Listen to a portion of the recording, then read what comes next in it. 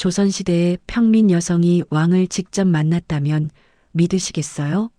더 놀라운 건 그녀가 빈손에서 시작해 제주도 최고 부자가 됐고 수천 명의 목숨을 구했다는 사실입니다. 오늘날로 치면 세계 1위 기업인이 전 재산을 기부한 셈이죠.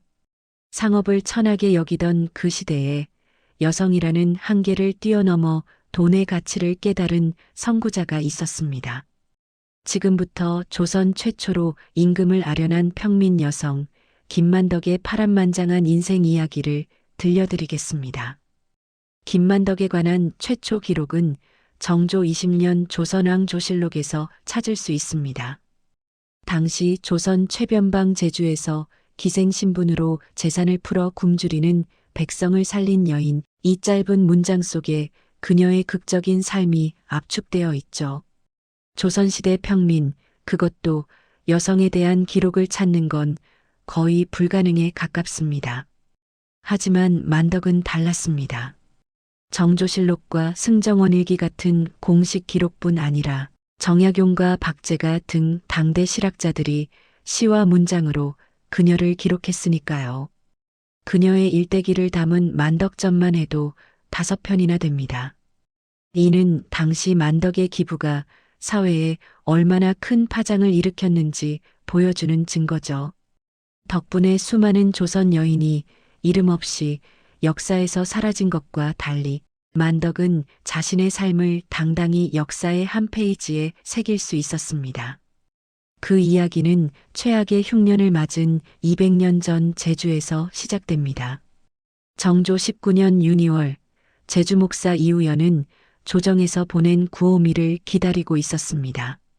영암에서 출발한 배에는 조정이 마련한 곡식이 실려 있었죠.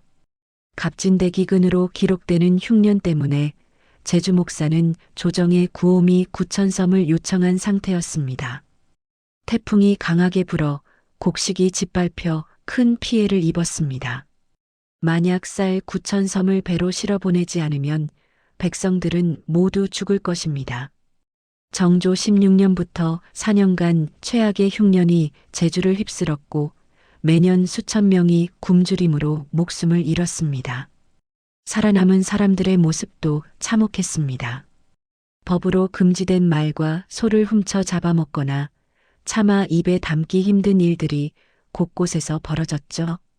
사람이 사람을 잡아먹고 시체를 파서 먹고 자식을 버리는 일까지 일어났습니다. 이런 참상은 흉년에 흔히 나타나는 현상이었지만 육지로 탈출할 수 없는 제주도민들에게는 훨씬 더 심각했습니다.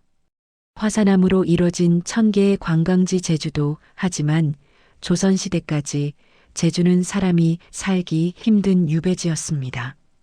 돌 많고 바람 많은 제주, 그리고 무엇보다 자연재해가 끊이질 않았죠.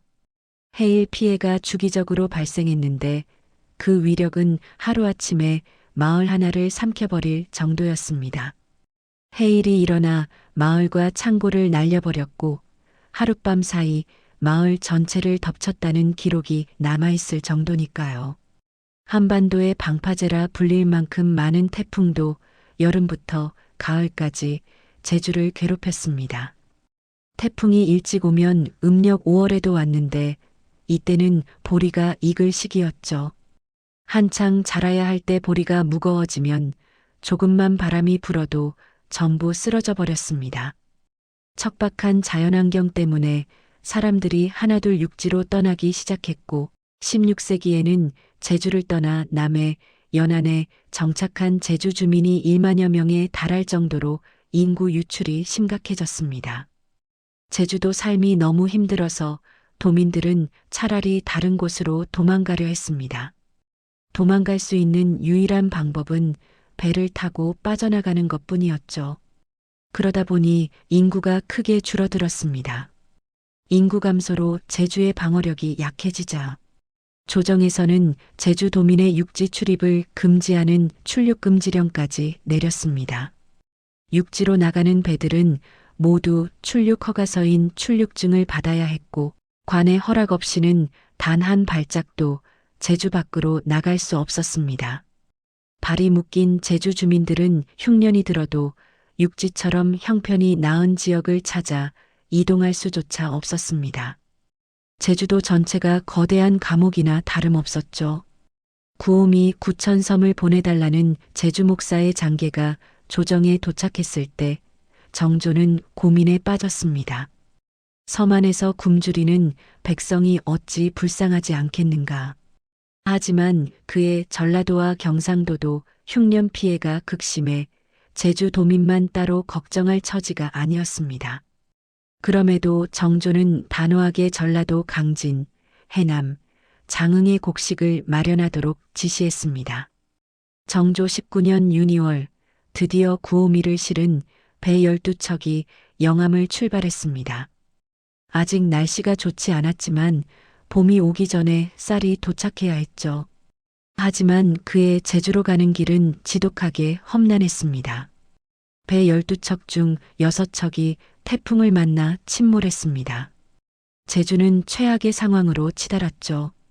옹기종기 무리지은 사람 수십 명의 걸음걸이가 하나같이 비틀거리고 옷도 제대로 입지 못했으며 검게 탄 살갗은 뼈에 달라붙어 목소리마저 가늘게 떨렸습니다. 사또님, 사또님, 불쌍한 백성을 살려주십시오. 당시 제주 최고 부자였던 만덕은 연이은 흉년의 참상을 그저 두고 볼 수만은 없었습니다. 3년에 걸쳐 제주도민 3분의 1이 굶어 죽을 만큼 상황이 심각했기 때문이죠. 만덕은 하인들에게 지시했습니다. 지금 당장 육지로 나가 쌀을 구해오너라. 수십 년 동안 모은 만덕의 전 재산이었습니다. 만덕은 전라도와 경상도 등 육지에서 쌀을 사들여 모두 관하로 보냈습니다.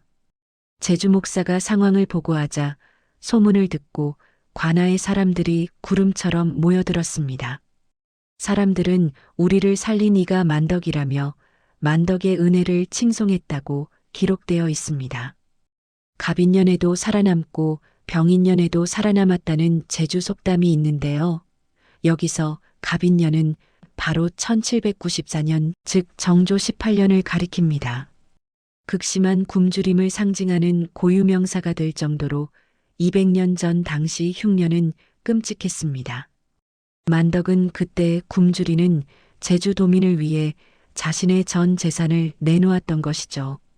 만덕이 구호용으로 낸 쌀과 돈이 정확히 얼마인지는 기록마다 조금씩 차이가 있습니다. 당시 정승체제공의 만덕정과 정조실록 기록에는 수천 석의 쌀과 수천 냥의 돈으로 나와 있는데 그 액수가 상당히 컸다는 것만은 분명합니다. 만덕이 이처럼 큰 돈을 선뜻 내놓았다니 지금 생각해도 정말 대단한 배포였던 것 같습니다. 과연 만덕은 어떤 여인이었을까요? 지금부터 그녀의 생애를 추적해 보겠습니다. 제주시 산지항 근처 김만덕 기념관, 매년 이곳에서는 김만덕의 덕을 기리는 제사가 치러집니다. 제주도민에게 만덕은 여전히 살아있는 존재입니다. 만덕의 생애를 비교적 자세히 기록한 묘비에는 그녀가 탐나의 양반 집안, 딸로 기계임 씨의 후손이라고 적혀 있습니다. 만덕의 흔적을 찾아 제주 기계김 씨 종친회를 방문했고 15세 선조 왼쪽에 만덕이라는 이름을 확인할 수 있었습니다. 만덕은 아버지 응렬과 어머니 고씨 사이에서 태어났는데 12살 때 풍랑의 아버지를 여의었습니다. 무역을 하던 아버지가 육지에서 돌아오다 풍랑을 만나 돌아가셨다는 설도 있죠. 어쨌든 만덕이 아주 어렸을 때 아버지가 세상을 떠났습니다. 그리고 정조 6년 제주도에서만 880여 명이 사망한 전염병으로 어머니마저 잃고 맙니다. 겨우 10살 나이에 완전한 고아가 된 것이죠. 남매들은 의지할 곳을 찾아 뿔뿔이 흩어졌습니다. 오빠들도 있었지만 친척들이 하나씩 데려갔고 여자인 만덕을 데려갈 사람은 없었습니다. 만덕의 경우 마침 퇴기 은퇴한 기생가 있었는데 그분이 자식이 없으니 자기가 데려다 키우겠다며 만덕을 데려갔습니다. 퇴기의 양녀로 들어간 만덕. 보통 기녀는 자신의 딸에게 기녀 직업을 물려주는 게 일반적이었습니다. 양딸이었지만 만덕이 기예에 재능이 있다는 걸 알고는 기적기생 명부에 만덕의 이름을 올렸습니다. 관아의 교방에서 춤과 노래를 배우기 시작한 만덕은 15살 무렵부터 기녀로서 본격적인 활동을 시작했습니다. 제주의 역사와 자연, 풍속이 생생하게 그려진 탐라술력도에는 당시 제주 기녀들의 생활이 자세히 묘사되어 있습니다. 귤밭에서 제주 목사가 기녀들과 풍악을 즐기고 양로연 같은 연회에도 참석해 춤과 노래를 선보였죠. 기녀는 관리에게 수청드는 의무가 있었고 지방 유력자들의 연회에도 참여해야 했습니다. 만덕 역시 마찬가지였죠. 기녀의 특성상 교양과 재색이 뛰어난 자를 뽑았는데 만덕은 특히 검은고 다루는 솜씨가 좋았다고 전해집니다. 음악에 소질이 있고 자태 또한 뛰어났던 만덕은 제주는 물론 육지까지 알려질 정도로 명성이 자자했습니다. 실제로 전해지는 얘기로는 만덕의 미모가 대단했다고 합니다. 절세가인이라는 말이 퍼지자 육지에서 제주 목사 자리를 한번 맡아보려고 자청에서 온 사람이 있을 정도였다니까요. 조실부무한 뒤 기생이 되어 불우한 어린 시절을 보낸 만덕이었지만 타고난 재능 덕분에 가난에서 벗어나 재물도 제법 모을 수 있었습니다. 하지만 만덕에게는 떨쳐낼 수 없는 문제가 있었습니다. 기녀는 평범한 여성처럼 사는 게 불가능했습니다. 본래 양반가 자손이었던 만덕은 그런 현실을 받아들이기 쉽지 않았죠. 무릎 꿇고 머리를 숙이며 기녀 노릇을 할지언정 스스로를 천한 여자로 여기지는 않았다. 관아에 소속된 노비들의 이름을 적어놓은 노비 안에는 기녀도 포함되어 있습니다. 기녀는 그 신분이 노비와 같았던 것이죠. 기녀는 관아의 소유물로서 엄격하게 관리받았고 50세까지 기예를 담당해야 했습니다. 그 전에 빠져나오려면 부잣집 소실로 들어가는 게 가장 빠른 방법이었지만 그것은 만덕이 원하는 삶이 아니었습니다. 만덕은 20살이 넘었을 때 자신의 사정을 적은 상소를 올리며 관아에 호소했습니다. 사또님, 소녀는 본래 양반가 자손인데 부모를 잃어 부득이 기녀가 되었습니다. 양민 신분을 회복시켜 주십시오. 목사가 전후 사정을 알고 불쌍히 여겨 기안에서 이름을 삭제한 후 다시 양인으로 등록해 주었습니다. 화려한 기생생활도 부자의 소실로서 안정된 삶도 마다한 만덕. 이제 그녀는 자신의 운명을 스스로 개척해야만 했습니다. 비록 천민 신분이었지만 당시 제주 기녀는 위세가 대단했다고 합니다. 제주 목사를 지낸 이 영상의 탐라술력도를 보면 관리들이 총애하는 것을 믿고 건방져서 누구도 감히 건드리지 못하며 보통 일에도 기녀에게 뇌물을 주지 않으면 안 된다고 적혀 있습니다. 당시 최고라는 평양 기생 못지않은 호사를 누리며 비단옷을 입고 다녔다니 만덕 입장에서는 비록 천한 신분이지만 기생을 그만두는 게 그리 쉬운 결정은 아니었을 것입니다. 스스로의 삶을 개척하기 위해 과감히 기녀 자리를 버린 만덕. 그녀는 과연 어떤 삶을 선택했을까요? 제주시 건입동, 과거 건이포라 불리던 이곳은 탐라국 시절부터 개화기까지 육지와 제주를 연결하는 해상 교통의 중심지였습니다. 기녀를 그만둔 만덕은 이 건이포구에 객주를 차리고 장사를 시작했습니다. 현재 만덕의 객주는 세월의 풍화와 함께 사라졌고 그 터만 남아 있습니다. 만덕에게 객주는 최고의 명당이었습니다. 제주목 관아에 인접한 건이포에는 상선에서 관선까지 많은 배가 드나들었기 때문입니다. 객주는 상인들에게 숙식을 제공하고 상품을 위탁 판매하는 일종의 중개상이었습니다. 시장이 점점 활성화되면서 객주는 단순 중개를 넘어 시장을 움직이는 큰 손으로 등장했죠. 객주의 상업적 이익이 커지면서 웃돈을 주고 객주 권리를 사고 팔았는데 은 150량의 거래가 성사되기도 했습니다. 객주권을 사면 객주 건물만이 아니라 거래하던 상인과 상품에 대한 권리까지 물려받았습니다. 객주를 한다는 것은 근처 상권을 장악한다는 것과 같은 의미였죠. 다른 지역에서 가져온 물품을 팔려면 그 물품을 원래 팔아야 할 사람에게 팔거나 아예 팔지 못하도록 객주가 권리를 확보할 수 있었습니다. 그것이 일종의 독점권이었던 것이죠. 기생생활을 하며 모아둔 미천으로 객주를 시작한 만덕. 객주 초기 만덕은 기녀 시절의 인맥을 충분히 활용했습니다. 제주 관리들은 물론 육지에서 공무로 온 관리들도 만덕의 객주를 지나쳤고 만덕은 이 과정에서 육지와 제주의 물자, 유통 상황에 대한 정보를 얻을 수 있었습니다. 또한 뛰어난 미모와 재능을 가진 만덕을 보기 위해 제주와 육지 상인들이 모여들었습니다. 기본적으로 김만덕이 관청에서 기녀 역할을 했다는 게 가장 중요합니다. 관가와의 연결고리가 있다는 점, 그리고 김만덕 자신이 가진 기질도 있었죠. 용모도 좋고 영민했으며 관청에서 배운 예절까지 갖췄기에 일반 제주 여인들뿐 아니라 외지 상인들도 휘어잡을 능력이 있었던 것 같습니다. 과연 만덕의 객주에서는 어떤 물품이 거래되었을까요? 제주 서늘리에는 김칫돌이라는 바위 웅덩이가 있습니다. 햇볕에 바닷물이 증발하면서 배추 절이기에 적당한 농도의 물이 만들어졌기 때문이죠. 여름에는 마을 사람들이 이 물을 떠서 허벅에 담아 부엌 솥에서 달여 소금을 만들었습니다. 하지만 겨울에는 태양열이 약해 소금을 만들지 못했고 대신 배추를 절일 만큼의 염도가 딱 맞아서 마을 사람들이 너나 없이 겨울철이면 여기서 배추를 절여 김치를 만들었습니다. 갯벌이 없는 제주는 삼면이 바다임에도 소금을 만들 수 없었습니다. 대신 해변 바위 위에 염전을 만들어 소금을 생산하기도 했지만 이런 노력에도 제주의 소금 자급률은 겨우 22% 수준이었습니다. 육지보다 100배의 힘을 들여도 얻는 소금은 적어서 반드시 진도나 남해 등에서 구입해야 했죠.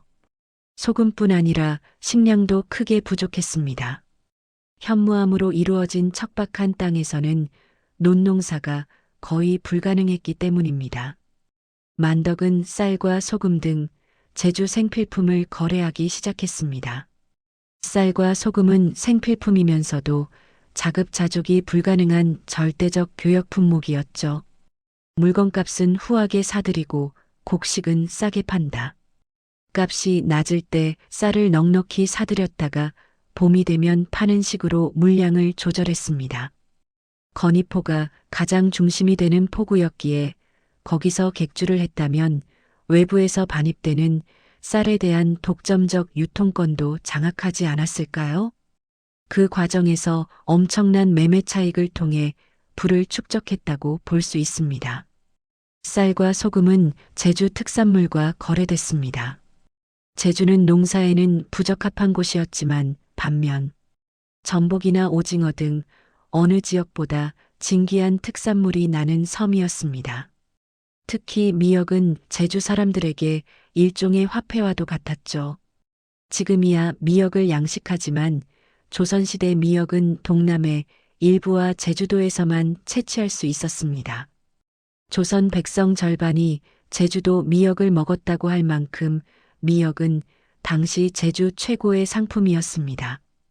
고립된 제주의 특성상 물건이 바다를 건너면 가격이 산지보다 월등히 높아졌습니다. 만덕은 제주와 육지 간 시세 차익을 이용해 부를 축적하기 시작했죠. 섬 제주에 갇혀 있었지만 고위 관리와 육지 상인들과 교류하면서 물자, 유통에 대해 누구보다 악선 정보를 가질 수 있었던 만덕. 그녀는 더 큰 도전을 준비하고 있었습니다. 아시다시피 조선 사회는 산업공상 신분 질서가 강한 사회였습니다. 하지만 17세기 대동법 실시로 수공업이 발달하고 화폐 사용이 장려되면서 급격한 변화를 겪었죠. 사람들이 돈의 가치와 상업의 중요성을 인식하기 시작한 것입니다. 이를 뒷받침하듯 18세기가 되면 전국에 1천여 개에 달하는 시장이 생겨났습니다. 시장은 팔도에서 올라온 각종 특산물로 항상 활기를 띠었죠. 개성인삼, 한산모시, 안성유기, 전주한지, 원산명태, 이들 특산물은 희소성이 높아 매점 매석이 가능했는데 상인들은 이 거래를 통해 조선 후기 신흥 부자로 등장했습니다. 만덕 또한 제주 특산물의 가치를 주목했습니다. 제주는 조선 군마의 최대 생산지였습니다. 기후가 따뜻하고 광활한 초지가 펼쳐져 말을 사육하기에 안성맞춤이었죠. 말을 키워 조정에 진상하는 것은 제주 목사의 중요한 임무였습니다. 하지만 진상되는 말 외에 개인 목장의 말은 비싼 값에 팔려나갔습니다. 큰 말 3등품 한 필은 쌀 24석의 가치가 있었습니다. 말은 조천포나 화북포를 통해 강진이나 영암 쪽으로 도착해 다시 육지 전역으로 갔는데 한양에 가면 제주에서의 가격이 2배로 올라 쌀 48석에 거래됐습니다. 그리고 암말 한 마리는 쌀 10석에 해당하는 값으로 팔렸죠. 당시 상인들은 말 매매로 엄청난 이익을 얻을 수 있었습니다. 맑고 긴 말총 또한 제주만의 특산품이었습니다. 이 시기 작품인 박지원의 열하일기 중 허생전에서 허생이 제주로 들어와 말총을 모두 사들였는데 얼마 지나지 않아 망건값이 10배나 올랐다고 할 정도였습니다. 허생은 한양 사람이었는데 말총을 독점하기 위해 멀리 한양뿐 아니라 개성에서도 직접 제주도를 찾았을 정도로 말총은 그 가치가 상당했습니다. 말총과 함께 양태도 제주 특산물이었습니다. 갓 테두리에 해당하는 양태는 대나무를 쪼개 만든 수공예품으로 제주 양태가 전국 시장을 독점하고 있었습니다. 말총과 양태는 모두 양반의 복식인 갓 제작에 필요한 재료였죠. 조선 후기 봉건적 신분제가 해체되면서 양반 수가 증가했고 더불어 갓과 망건 수요 또한 급증했습니다. 양태 작업은 연중 가능했습니다. 미역은 봄철에만 채취가 가능했지만 양태는 대나무를 베어다 집에 쌓아두면 비가 오나 눈이 오나 언제든 실내에서 작업할 수 있었죠. 양태는 20세기 초반까지 제주 여인들의 주요 수입원이었습니다. 출륙금지령이 내려진 상태였지만 정조 후기에 들어서는 제주 상인도 전국 각지에서 자유로운 판매를 보장받았습니다. 대신 육지와 거래할 수 있는 포구를 정해놨는데 조천포구와 화북포구가 그것입니다.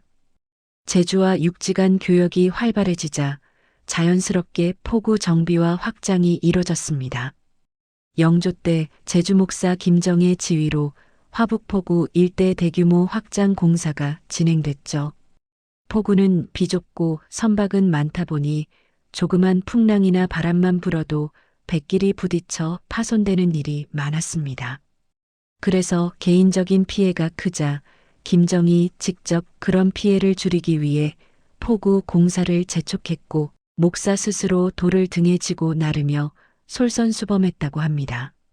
제주뿐 아니라 전국의 포구를 중심으로 배를 이용한 상품 유통이 활발해졌습니다. 배는 육상 교통보다 시간적으로나 경제적으로 유리했기 때문이죠. 조선 후기 전국의 인문지리서 택리지는 상업활동에 있어 해운의 중요성을 강조하고 있습니다. 만덕도 육지와의 직거래를 시작했습니다. 멀리 개성에서까지 찾아올 정도였으니 제주 특산물을 직접 가지고 나가면 훨씬 많은 이익을 볼 수 있었죠. 양태나 마른 미역은 저장성이 좋아 먼 거리를 이동해도 부패할 염려가 없었습니다. 제주도에서 출발한 배는 하루 만에 해남이나 강진에 닿을 수 있었습니다. 특히 강진은 제주와의 교역이 가장 활발한 곳이었죠. 강진마량이라는 지명에 마량, 말 다리라는 한자가 남아있을 정도로 제주와 인연이 깊은 교통 요충지이자 상업 거점이었습니다. 당시 포구는 제주에서 건너온 배들로 장관을 이뤘습니다. 추자도 천사배가 왔고 한라도에 배가 왔다. 제주도산 양태를 가득 싣고 왔다는구나. 돈 많고 물건 많아 장사 시세 좋을 것이라. 강진에 도착한 만덕 상단, 파는 쪽은 양태 한 집 남았습니다라고 외쳤고 팔도의 상인들이 제주산 양태를 구입하려고 진을 치고 달려들었습니다. 연간 양태를 매점하려는 개성 상인과 함경도 상인 간의 다툼도 벌어졌죠. 여기저기서 양태를 실은 배가 강진에 도착하면 많은 상인이 기다리고 있다가 제일 좋은 양태를 선점하려고 경쟁을 벌였습니다. 수공업은 농업보다 이문이 많이 남았는데 특히 양반들을 상대로 판매하는 갓은 고부가 가치 상품이었습니다. 제주 특산물은 백길이 험해도 험한 바다를 건너 당시 전국 3대 시장 중 하나인 충청도 강경까지 진출했습니다. 표류 선박들의 기록을 담고 있는 조선 역대표인 등록에서 강경은 물론 전국에서 제주 상인들의 교역 사실이 발견됩니다. 당시 제주인들의 상업 활동이 전국적으로 활발했음을 알 수 있죠. 금강 하류의 강경포구는 18세기 초 충청, 전라 두 지역의 생산물이 모여들기 시작하면서 급격하게 번성했습니다. 제주에서 충청도까지는 먼 거리였지만 위험을 무릅쓰면서까지 제주 배가 강경포구로 진출한 이유는 명확했습니다. 한양이 가까워질수록 물건값이 치솟았기 때문입니다. 제주 특산물 말총이나 양태 같은 것을 육지로 보내 상당히 많은 차익을 실현하고 돌아오는 백길에는 쌀을 싣고 제주로 들어와 또 거기서 수십 배의 차익을 실현하며 부를 축적해 갈 수 있었던 것이죠. 만덕은 시세에 따라 물가에 높고 낮음을 잘 판단해 사고 팔기를 계속하니 몇십 년 만에 이름을 날리게 되었다. 객주를 시작으로 중개업에 뛰어든 지 30여 년 그녀는 제주 최고 부자 반열에 오를 수 있었습니다. 모든 성공한 기업인이 그렇듯 만덕의 성공에는 남다른 근검절약이 한몫했습니다. 의복을 줄이고 먹을 것을 아껴 재산이 대단히 커졌다. 만덕의 성품이 검소하고 절약했으며 돈이라면 따랐다. 이리하여 그녀는 제주 최고 부자가 된 것이다. 악착 같은 그녀의 성품을 엿볼 수 있는 부분인데요. 그러나 만덕은 이렇게 번 돈을 누구보다 잘 쓸 줄 아는 사람이었습니다. 당시 만덕의 선행을 알게 된 조정은 만덕의 소원을 묻고 그것이 쉽든 어렵든 가리지 말고 특별히 들어주라고 명했습니다. 여러분이라면 어떤 소원을 말씀하시겠어요? 과연 만덕의 소원은 무엇이었을까요? 재물을 잘 쓰는 자는 작은 그릇으로도 사람의 생명을 구할 수 있지만 그렇지 않으면 썩은 나무와 같다고 생각한 만덕, 자신의 전 재산을 풀어 굶주린 제주 사람들을 살렸습니다. 제주 목사는 이런 만덕의 선행을 조정에 보고했고 만덕을 기특하게 여긴 정조는 목사를 시켜 만덕에게 소원을 물었습니다. 부끄러워 말고 주저하지 말고 소원을 말해보거라. 제 소원은 단 한 번이라도 이 좁은 제주를 벗어나 임금이 계신 한양과 금강산 1만 2천 봉을 유람하는 것이옵니다. 만덕은 그 어떤 물질도 원하지 않았지만 만덕의 소원은 결코 쉬운 것이 아니었습니다. 제주인들의 출륙금지령이 엄격했기 때문이죠. 더욱이 여자는 육지 사람과의 접촉까지 금지할 정도로 통제가 심했습니다. 세상 구경 한번 해보고 싶다. 그런 소박하면서도 당시 시대적 한계 속에서 섬이라는 감옥에 묶여있던 세상을 한번 뛰어넘어 보고 싶다는 마음이 담긴 소원이었습니다. 정조는 그런 만덕의 소원을 기꺼이 들어줬습니다. 정조는 만덕을 의녀 원행 소속으로 삼았습니다. 형식상 만덕이 궁궐에 드나들 수 있는 자격을 준 것이죠. 내가 여자로서 의협심을 발휘해 수많은 굶주린 백성을 구했으니 참으로 훌륭하다. 정조는 전국 8도의 선행을 다룬 오륜행실도에 만덕을 넣어야 한다며 육지에 머무는 동안 양식과 숙소를 제공했습니다. 이듬해 1797년 3월 만덕은 드디어 금강산 유람을 시작했습니다. 그런데 왜 금강산이었을까요? 금강산은 삼라만상을 축소해 놓은 하나의 세계였습니다. 그 세계를 유람하는 것은 풍류객들에게 대단한 영예로 여겨졌죠. 금강산 유람을 위해 계를 결성할 정도로 당시 금강산 유람은 열풍이었다고 합니다. 만덕은 만폭동, 옥류동, 장안사를 모두 구경했습니다. 4차례 절에 들를 때마다 정성을 다해 공양을 드렸으며 3일포에서 배를 타고 총석정에 올라 한 달에 걸쳐 금강산 유람을 마쳤습니다. 한양에 도착한 만덕은 그야말로 장안의 화제가 됐습니다. 변방 제주 여인으로 굶주린 백성을 살릴 만큼 사업으로 크게 성공한 부자였고 게다가 양반들도 쉽게 하지 못하는 금강산 구경을 두루 하고 돌아오지 않았습니까? 만덕의 이름이 한양 안에 가득해 공경대부와 선비 등 계층을 가리지 않고 모두 이 여인의 얼굴을 한번 보고자 했습니다. 당대 천재학자이자 문장가들도 예외가 아니었죠. 박제가, 이가환, 정약용, 이들은 생애 처음이자 마지막 육지 여행을 마치고 귀향하는 만덕을 위해 한 편씩 시를 지어주었습니다. 만덕은 제주의 훌륭한 여인, 나이 40이 넘도록 평생 모은 돈으로 쌀을 400성을 구했다네. 한번 바다를 건너 궁궐에 조회하였네. 특히 당시 정승이던 최재공은 그녀의 일대기를 글로 써서 칭송할 만큼 그녀에 대한 애정이 각별했습니다. 너는 탐라에서 자라 한라산 백록담 물을 먹고 이제 또 금강산 구경을 두루 했으니 8도 3천리의 사내들 중에 누가 또 그런 복을 누릴 수 있겠느냐. 6개월이라는 짧지만 잊을 수 없는 육지 여행을 마친 만덕. 그녀는 제주에서 여생을 마쳤습니다. 김만덕, 그녀는 18세기 변화하는 시대 속에서 모험과 도전을 통해 큰 돈을 모은 전문 경영인이었습니다. 그리고 여성에 대한 금기를 깨고 자신의 삶을 경영할 줄 알았던 앞선 근대인이었죠. 우리는 오늘 조선 최초의 여성 상인으로 새로운 시대의 문을 연 한 여성을 만났습니다. 그런데 만덕을 칭송하고 그녀의 이야기를 후세에 전한 이들에게는 공통점이 있습니다. 정조, 최재공, 정약용, 박제가, 이가환, 이들은 모두 새로운 조선 사회를 건설하기 위해 무엇보다 경제의 중요성을 깨닫고 있던 개혁군주와 실학자들이었습니다. 시대의 변화를 주도했던 이들이 만덕을 주목한 데는 분명 그만한 이유가 있었을 것입니다. 변화의 시기에는 언제나 반대 여론이 높은 법이죠.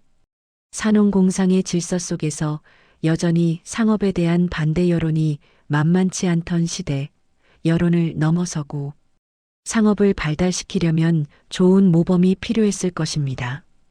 돈의 흐름을 파악해 영리하게 부를 축적할 줄도 알았지만 그 돈을 기꺼이 사회에 환원할 줄 알았던 만덕, 바로 이것이 그들이 꿈꾸던 상도의 전형은 아니었을까요? 그리고 기부를 통한 사회. 환원이라는 만덕의 정신은 오늘날 우리 사회에도 여전히 유효한 나눔의 미덕입니다.